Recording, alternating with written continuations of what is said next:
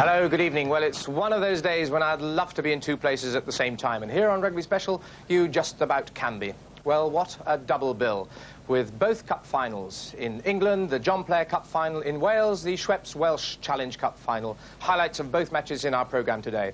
Here at Twickenham, then, someone's going to be disappointed, and I'm not quite sure whom. Three particular players. For Bristol, first of all, in their final against Leicester, two Bristol men, and Mike Rafter, their captain, in his first ever cup final, and what a day it would be for him to carry off that trophy. And what about Alan Morley, their winger, playing as the only survivor of Bristol's last appearance in the cup final back in 1973, and perhaps this is his last chance of a winner's trophy. And then for Leicester, their venerable captain and a delightful character, Steve Johnson. He is playing his very last game of rugby football today, and what a way for him to go out should he be on the winning side. Well, what I can promise you is it's going to be a thrilling final, and it seems for once that we've got the two teams who, on the form book, justify. Well, that's going to be our main match today, and let's have a look how the two sides qualified. First of all, the Bristol side. Well, an unparalleled season in recent years in Cup rugby, but never winners of this Cup, and coming through a tough draw with away matches in every round. They beat Harrogate, Bedford, West Hartlepool, Coventry, and along the way produced moments like this. Still putting the weight on, trying to disrupt the West Hartlepool scrummage, and doing pretty well. It's back to Peart, Stead. He's got away from Sorrell. Ralph Nibbs racing back with Alan Morley. Phil Kew in support, Stead through, but that was good work by Nibbs.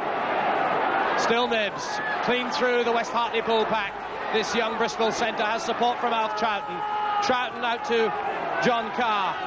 Carr going for the corner, and he'll get there. What a try. And what of Leicester? Well, surely no more need be said than 5 times finalists in the last 6 years, 3 times winners in the last 4 years, and some emphatic victories along the way. First of all, against High Wycombe, then Wakefield, the Harlequins and London Scottish, and surely they were never more impressive than in that semi-final encounter with the London Scots. That's the Leicester 10-metre line. And it's there. And still insisting on using the boot with a man over again, and that allows Barnwell to set it up to Dusty Hare to mount the counter-attack once more. Cusworth with Woodward outside, now on to Dodge. Bigger challenges, but Evans on the overlap, covering hard is Corbett. Evans is in. Superb try. And London Scottish again have really only themselves to blame. Under the post for Barry Evans. So Bristol against Leicester, a tantalising final. And down at Cardiff Arms Park, surely an intriguing one too, in the final of the Schweppes Welsh Challenge Cup. Pontypool against Swansea. Swansea, 4 times finalists, winners in 1978 of the Welsh Cup. And Pontypool, who've never before been in the Welsh Cup final. Well, that's our second match. Let's start, though, with the action right away. Bristol against Leicester and the 1983 Cup final at stake. So Mike Rafter leads the Bristol side. And rest assured, if they hit one of their good days, they're capable of beating anyone. Led from the back, so to speak, by an outstanding back row. Mike Rafter, the captain, fellow England international Bob Hesford and Peter Pelledri. Great solidity and a mobile element too in that front 5, which includes England prop Austin Shepherd, whilst the backs, 5 of them from the winning Gloucestershire side in the county championship, have great skills.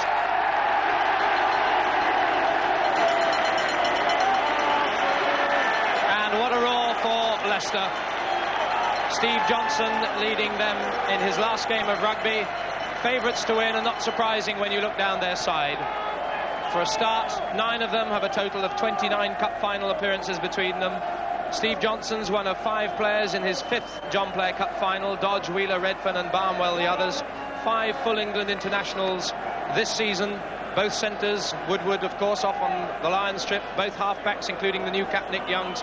And Peter Wheeler, perhaps the unluckiest unselected Lion. And spare a thought for the man who fills Dusty Hare's boots, who's standing down because of the Lions star fullback, Ian Dodson, only his 4th ever first 15 game in that position. And you'll have noticed that really today's match is something by way of rugby football's answer to mobile Scrabble. Both teams are lettered, and the best of luck. And freeing his 4th John Player Cup final is Roger Quittenton, the 42-year-old head of mathematics from Worthing, 6th form college. Bristol it is.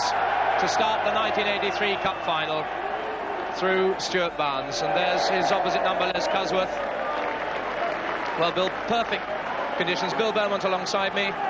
And where's your money on this one? I think my money must be slightly on Leicester. I think they're rightly the favourites, simply because of the experience and pace they have in the backs. And fine conditions for the handling game too. So let's hope we're going to see a spectacular final. Certainly the atmosphere is superb. The singing before the match, the chanting, and a record crowd at Twickenham. Hesford leaps at the back, but it's Cusworth for Leicester again. A familiar haunt, this, almost an annual fixture for Les Cusworth, his fourth final. The fly half. Bristol cut their line out to the two men, moving Pelledri to the scrum half position to take the one over the top, but he didn't get it. Ian Smith it is to Cusworth, to Paul Dodge. Back goes Morley, up comes Barnwell.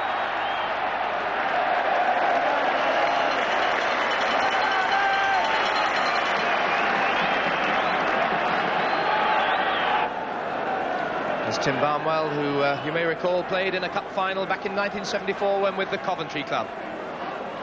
Line out on the halfway. Through goes Rafter with the tackle, but Cusworth's got it away to Dodge. Dodson up from full-back. Good run by Barry Evans. Inside there was Clive Woodward. And Hesford in the end stopped the assault.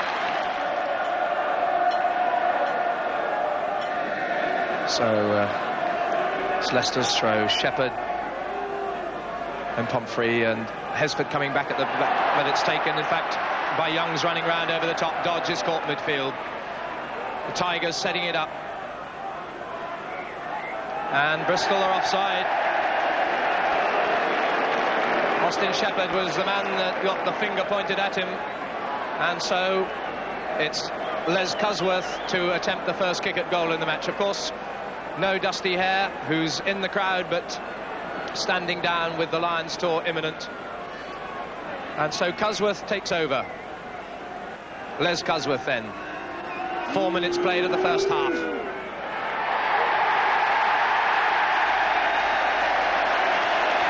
a happy initiation to his new responsibilities, and Leicester deserving of that.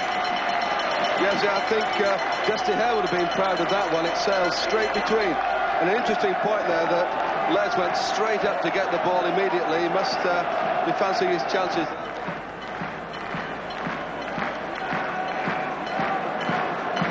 It's the Leicester throw-in on Bristol's 10-metre line. And obstruction by Bristol in the line-out give Cusworth a second chance for the kick at goal.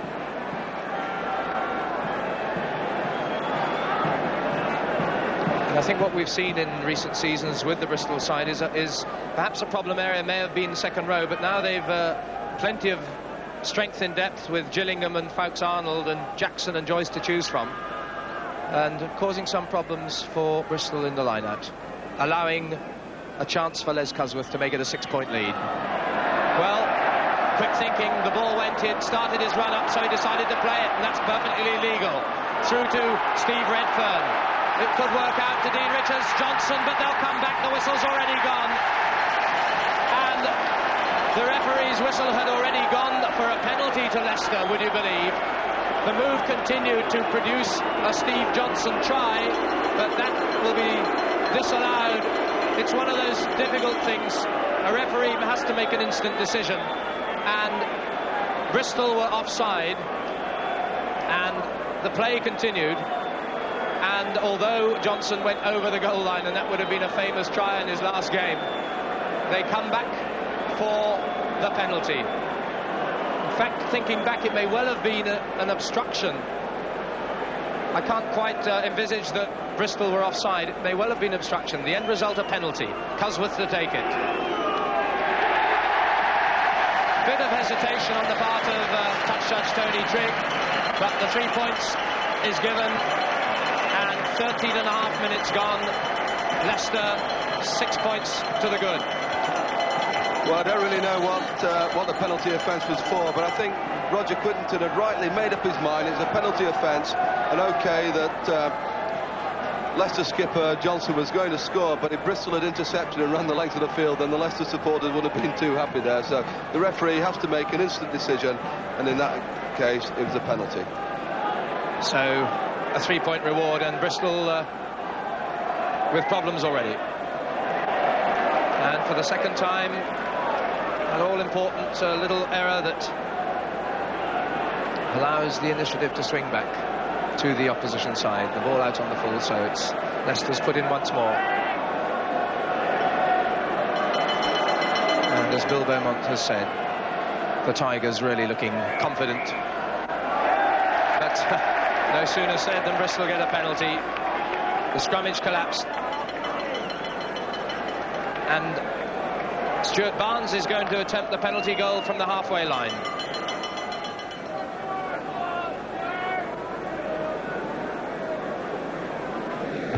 And Bristol get the penalty they deserve. Barnes then kicked a penalty, 2 conversions in the semi-final against Coventry. His cup debut, what's he going to do in the final? It's a massive kick. Quite brilliant. Well, a bit of a breeze maybe to help that one on its way, but that was a fine kick. Things hadn't gone too well for him with the missed restart kicks going direct into touch, but surely he made amends with that. And there's the first score to give Bristol some confidence and a chance to really settle down. 15.5 minutes played. Woodward restarts, just dropping short of the goal line. Simon Hogg. Well, it's safe, and that's the first priority to concern oneself with. Simon Hogg, England student, Exeter University, product of that famous rugby school in the sense of producing ground. Leicester make it round the front.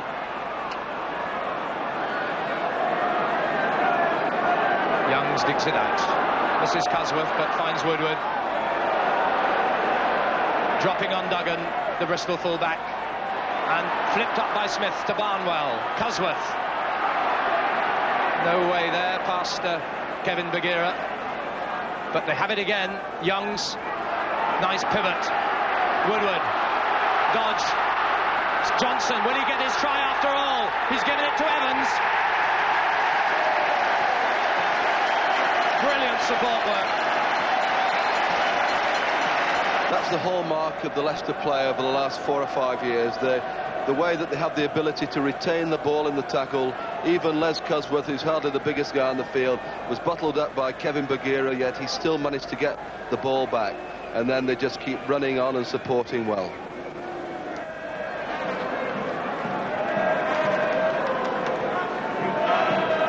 It's down by Hesford. Shepherd trying to set it up. Bit of commitment there, as exemplified by Hesford again. Harding to Barnes. It's nicely placed for John Carr. What sort of bounce will it be? Useful it is. And the momentum. What a score. What a riposte by Bristol. Don't take us for granted. The message is clear.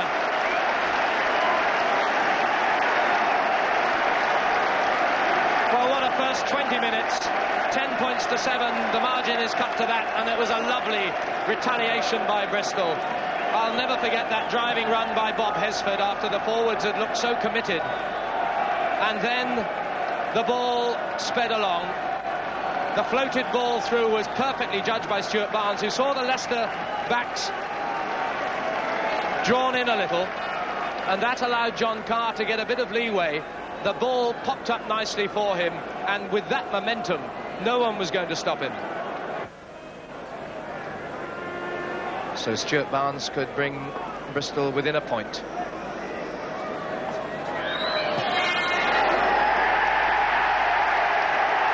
And he deserved it.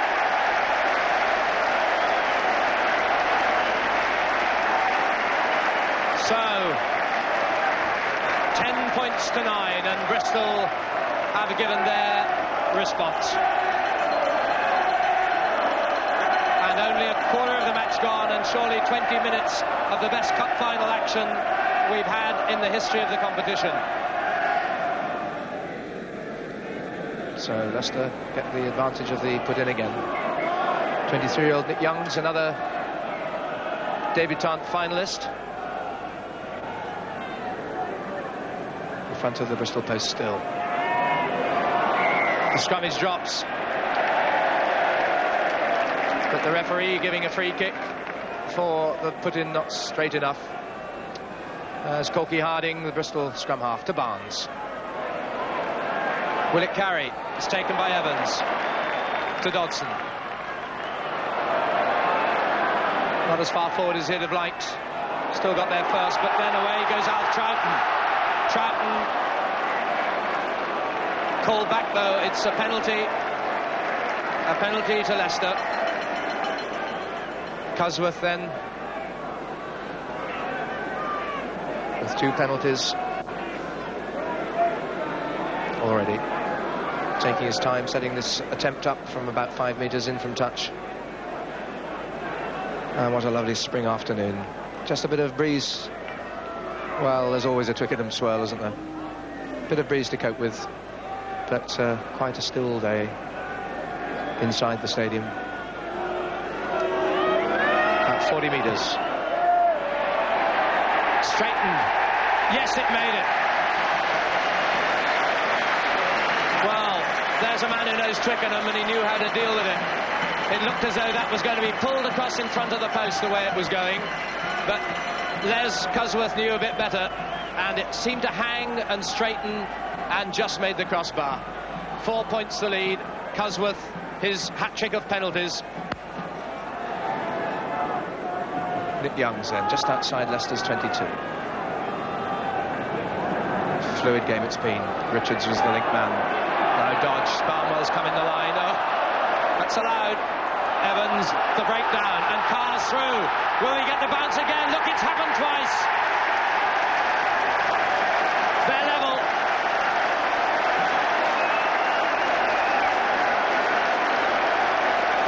Well, it looked as though Leicester had got away with it as Barnwell embarked upon his juggling act, retrieved it, but then the breakdown, and it must be the fate shining on John Carr, a player who scored in every round of this cup run for Bristol. 2 tries against Harrogate and then a try against each of the 3 teams that followed, and now 2 tries in the final. 11 minutes to go. And while that's jubilation in the Bristol camp, Kevin Bagheera has been led from the field, the Bristol hooker, just going off down the tunnel. So through the crowd and into the dressing room, Kevin Bagheera, the Bristol hooker, nursing what looked like an arm or shoulder injury. And it's 13 points all. Can Barnes give them the lead? Not quite. A touch to the left, as I learned from the dressing room, a torn rib cartilage is the fate for Kevin Bagheera. So we'll stand by for replacement Dave Palmer, who's been a regular first-team understudy, and now gets his cup final in place of the luckless Kevin Bagheera. Yes, I was talking to Ken Plummer, the Bristol and England winger, just before the game, and he was rating the young hooker very highly indeed and saying he's got a great future. But Leicester a little bit unlucky there to concede the try. That what had happened, I think that Barry Evans had got in front of Barnwell during his juggling act, so as the pass went behind him, enabling Carr to score. And that means it's all square in this first half an hour, and thrilling it's been, every second of it. Stuart Barnes, who was in the Welsh squad before becoming an England under-23 player. Shortened line again. Ian Smith.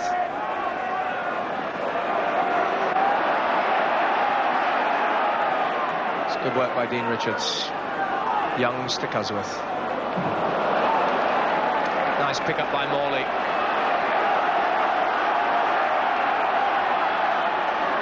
Dodson. Well, he's doing tidily so far, this newcomer to first-class rugby. Only 3 first 15 games at full-back, though he's played sometimes centre in place of Dodge and Woodward when they've been absent. Just 21 years old, and of course Dusty Hare's stand-in man. Leicester's 10-metre line. Penalty to Bristol, and Leicester penalised.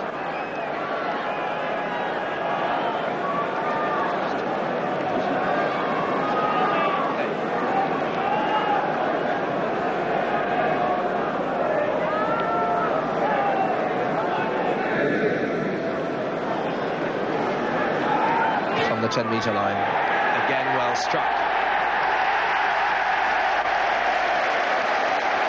So Bristol it is who take the lead.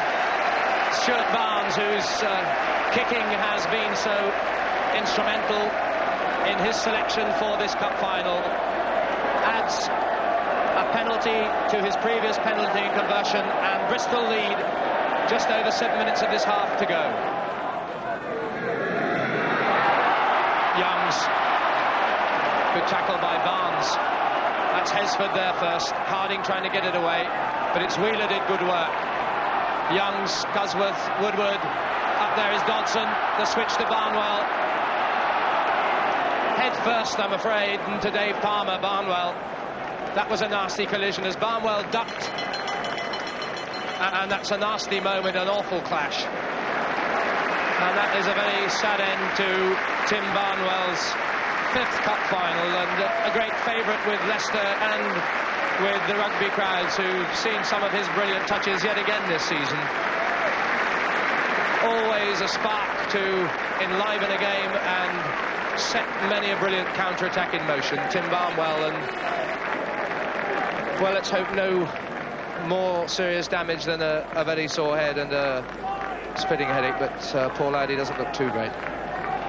So here's a chance, and what a debut moment for Ian Bates, a useful utility back who can cover centre or wing positions. Another youngster from the Leicester nursery. 2 minutes played of injury time, and it's Bristol leading for the first time in the game only after 32 minutes. Leicester having made the running up till then, but thrilling cut and thrust. Ian Smith, selfless, brave, and winning a penalty as Bristol came over, and I think Pelledri will be penalised as the individual.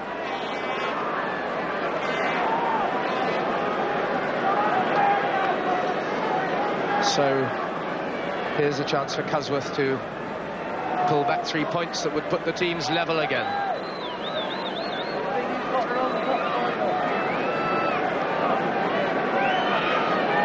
...40 metres out. Cusworth into the slight breeze. And Dusty Hare would have been proud of that one too. Dusty might have let it carry a bit further, but Les Cusworth knew what was required, and 16 points all. Over 3 minutes of injury time played at the end of this first half, and those Leicester backs certainly chancing their arm. And Dodge slicing his kick. Hugh Duggan slicing his too. It's Hugh Duggan who's kept Phil Kew out of the Bristol side with the final kick of the first half, and a thriller it certainly was. And I suppose at the end, 16-all is a fair scoreline to mark the break. It's a fair reflection on the play, Nigel. 16 points all. That Leicester started off absolutely dominating everything, and Bristol have come back at them very strongly, and perhaps looking the stronger side as we went into half-time. So it's Leicester to start the second half, and the ball going dead. It's Bristol that's get the drop out. Barnes with the clearance. I think there's certainly quite a breeze sprung up now in the last couple of minutes, and I think that Bristol are going to be spending a fair bit of time defending, and they've coped very adequately so far, but they have got a very good line kicker in Stuart Barnes, and I think he'll serve them well in this second half. down from Gillingham, just right on the halfway line. Youngs has that Terry Holmes type of physique, 13 stone 7. That was careless handling for once.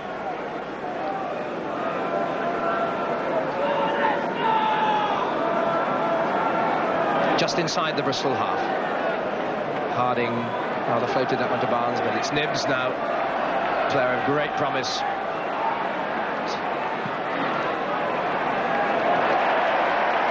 And cruel luck there for Ian Dodson. Perhaps the only untidy aspect of the play actually is the line-out player. It's a nightmare for both scrum halves trying to win the ball. But not that time from Hesford, although it was not straight. Roger Crittenden.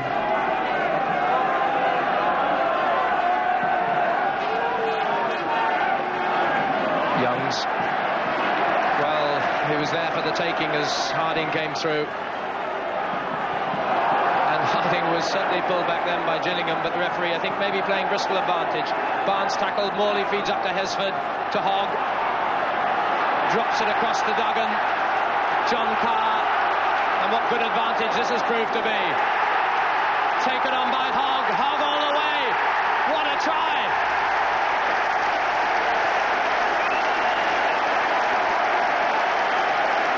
Simon Hogg, the 22-year-old in his first cup season, his 16th game for Bristol.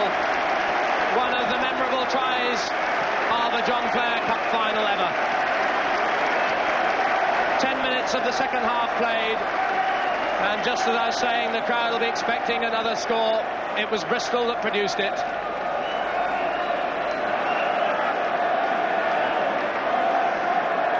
So 4-point lead again, becomes now a 6-point lead as Barnes gets the conversion, and the Bristol supporters in full voice. Well, it was a beautiful try created by some nice instinctive work that involved Bob Hesford, and then the looped overhead pass to set it out to Carr from Hogg, and then Hogg took it back again and ran in the rest. And so at last it's a Bristol side that are doing themselves justice. So often in the top half dozen or three of English club rugby week in, week out, but never quite turning it on cup days. But here today they've had their purple patches. But it's Leicester still trying to haul back. Cusworth playing it downfield. Makes good tactical sense. Yes, that's correct, Nigel. We want to get the ball down into the Bristol half now and camp down there and then try and run it. But it's interesting there how Richard Harding tried to go outside Peter Wheeler in what is Peter's regular sort of domain, that 5-yard area. Not many guys can manage that. Halfway line, and Smith breaks off. Pelledri, though, I think recaptured it for Bristol, sets it back to Harding. Barnes, Hogg. Clever little chip, but might bounce well. It has for Dodson. Barnes makes sure he doesn't go too far. And now Steve Redfern. On to Johnson. Bates. Johnson. Inside the Bristol 22. And Leicester not finished yet by a mile. There's Steve Johnson. He'll give everything in these last 17 minutes of his last game. About 18 metres from the Bristol goal line. Ian Smith is the player who's having trouble getting back on his feet with what looks like a nasty hamstring injury, I'd say. Certainly muscular, and all the signs of that hamstring occurrence, those veins of so many rugby players' lives recurring, and you never quite know whether they're healed or not, and you only know when it breaks down again. So a player who has done so well yet again in a cup final, this is fourth, and clearly in a lot of pain, but it was a risk he took.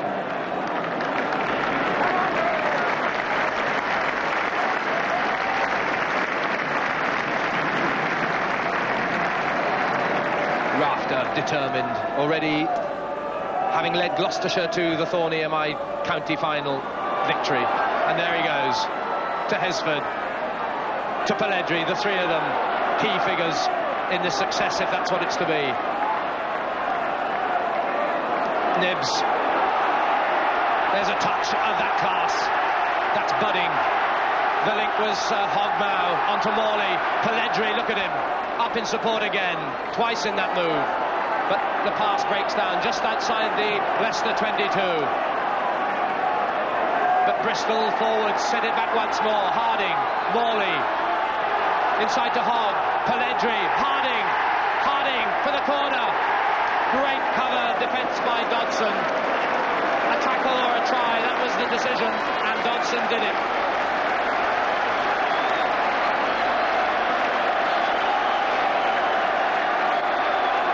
That was really made by the Bristol back row. Playing superbly there, all linking together, and a great play. Richards for Leicester, 5 metres out.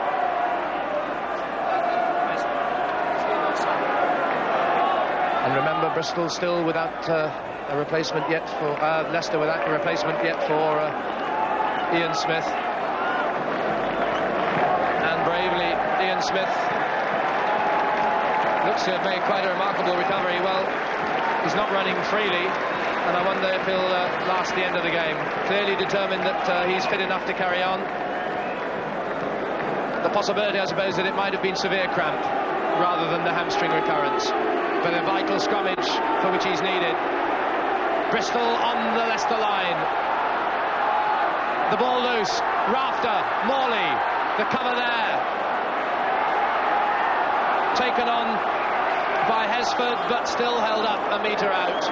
And Shepherd furious. Bristol within a metre or so of that Leicester goal line.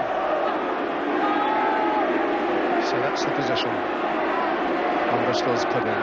Hesford knows the ball's there, goes for the second shove. Now they turn. Hesford trying to take it and go over himself, but Leicester regroup. Good scrummaging by the Leicester side there, that Bristol had them going back, but they managed to just turn them slightly and stop the push.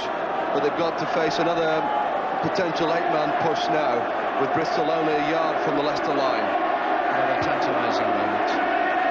Bristol's feed through Harding, and Leicester again putting up a supreme effort. The back row wheel, the break up by Hesford initially. Harding trying to scramble past Cosworth, and the referee eagle-eyed.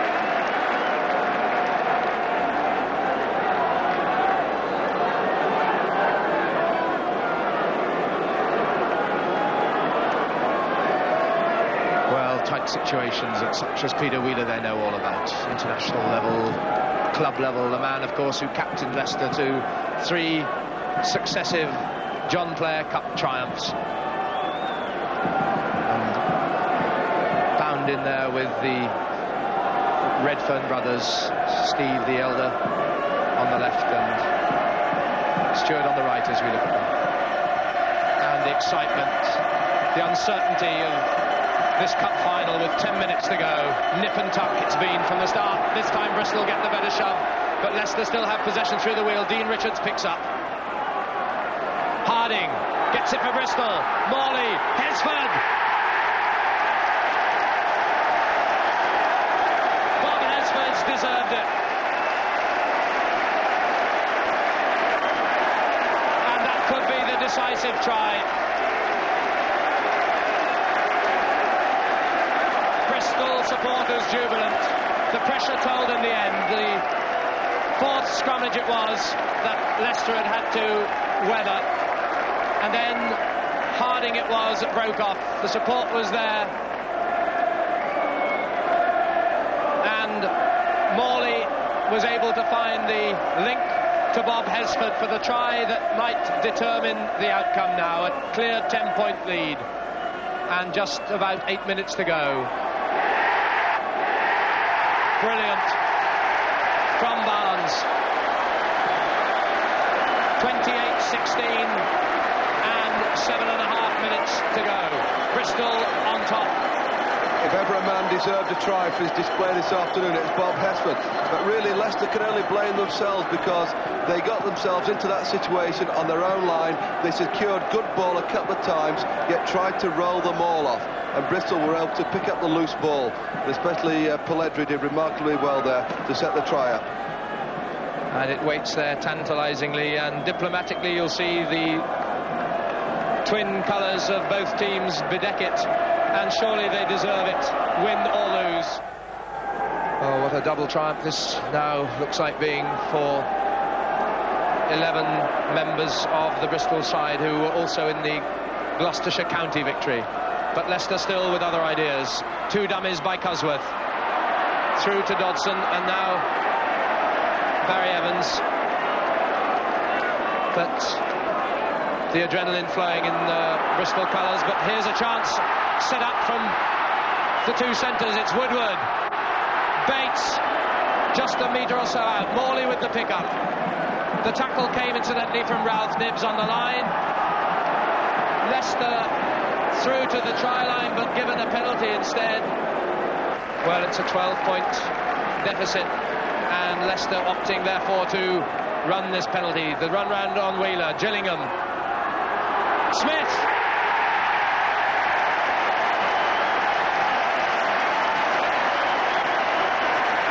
It's not over yet, and the try is given.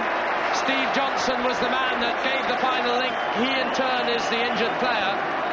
Ian Smith, the try scorer. So the bold bid paid off, the run round move, and then the setup by Gillingham, by Steve Johnson, and the link to Ian Smith, the man who only minutes ago had been off with leg damage, comes back on to score the try that keeps Leicester's hopes alive, with just to make it about 3 minutes plus injury time to go. The conversion, of course, would put Leicester within 6 points. Morton kick this. And they're never easy, even in front of the post, but that keeps some Leicester hopes alive.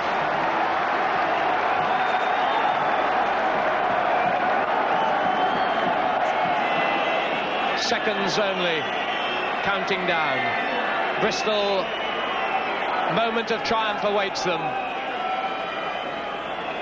Hesford, a game to remember for him, and for Pelledri there, well, for Bristol as a whole.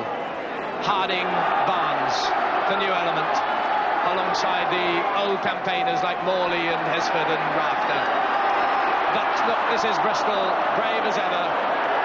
Ian Smith breaks down, Barnes chases through, back goes Woodward, Knibbs challenges, it's commitment to the end. The ball's still loose, Leicester still trying to run. Woodward penalised behind his own goal line for throwing the ball away after the tackle. It matters not. The triumph, the ecstasy, Bristol have done it. The wait is over. Champions for the first time, winners of the John Player Cup 1983, in a final that will be remembered long after this day is over. Superb rugby, and one of those days when the consolation is lessened in knowing that you've been part of a memorable game of rugby. But it's the day that Mike Rafter has longed for, that his worthy team members around him have earned. And what a cup final that enthralled us all. And for Mike Rafter, an emotional moment as he receives the John Player Cup for Bristol for the first time ever, and it's 1983. Andrew Reid, the chairman of Imperial Tobacco, passes the trophy, the John Player Cup, to the president of the Rugby Football Union, J.V. Smith, a West Countryman himself, and Mike Rafter enjoys the triumph.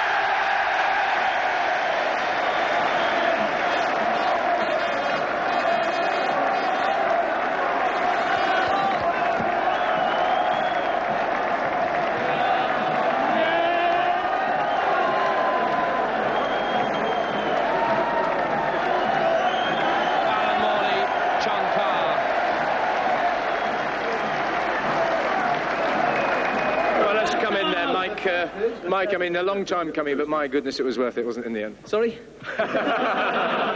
He's been threatening to do that all the time, but fabulous day for you. Yeah, fantastic. But the winner, I think, at the end of the day was rugby football. Is that a phrase we've heard before somewhere, isn't it? Rugby football! No, seriously, it's just been a dream season for me, and a dream season for most of this team. You know, we won the county championship with a majority of this side, and we came out and I think we played some bloody good football today. And and I think Leicester also, what a fantastic side they are. You know, all credit to them. And it took two teams, I think, to produce a spectacle like that. I think this is the point, isn't it? That you know, too often that they've come to the final, it hasn't been that kind of rugby. Today, something else.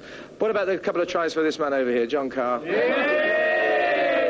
you know what I'm going to say, but talk us through them. Well, sorry about the accent first of all, but well, it's just one of those things. They seem to fumble the ball, and I was just there on the spot. Didn't have to do much. Here we go. Well, he's a modest lad. Alan Morley, one of the... Oh! Thank you very much. One of the youngsters in the side here, Alan Morley. You actually survived the last one and come through to win this one, but that is rather special, isn't it, for you? Thanks, Mike. Well, yeah, of course it is. Obviously, I'd love to have done it about 10 years ago, but I had to wait for a decent skipper to do it. And of course, they couldn't have done it without a decent vice-captain. I think he wants his place for next season. Stuart Barnes coming into the side as a newcomer. Bit of Bristol spirit that certainly carried the day. Crucial moments, weren't there? I mean, tactically, you know, when it was so finely balanced as you came back in to level it. Well, I think spirit's what it's all about with our team, really. We're not a team of superstars, I don't think. Well, according to John Reason, we're not. But I think we've proved a point to one or two people today, and as Alan said, all credit to Leicester and Mike. Oh, I think it was Mike. But it's just great playing with a team like this. You know, it's just absolutely marvellous. I think just a word with Bob Hesford, who likes these sort of occasions. I remember interviewing him after the county final, and a try as well, Bob. Yeah, well, I don't think Alan Morley would have passed that in the old days. But I'll tell you what, Nigel, I think credit must be given to our supporters today, who are tremendous, especially... Traveled a few thousand miles. Even though they were outnumbered, they were easily the most vocal, I think. Well, a happy party. Congratulations, 1-1. Fabulous game of rugby above all things, and what with Gloucestershire and Bristol as well. And this looks... And there we are. I knew it was going to happen.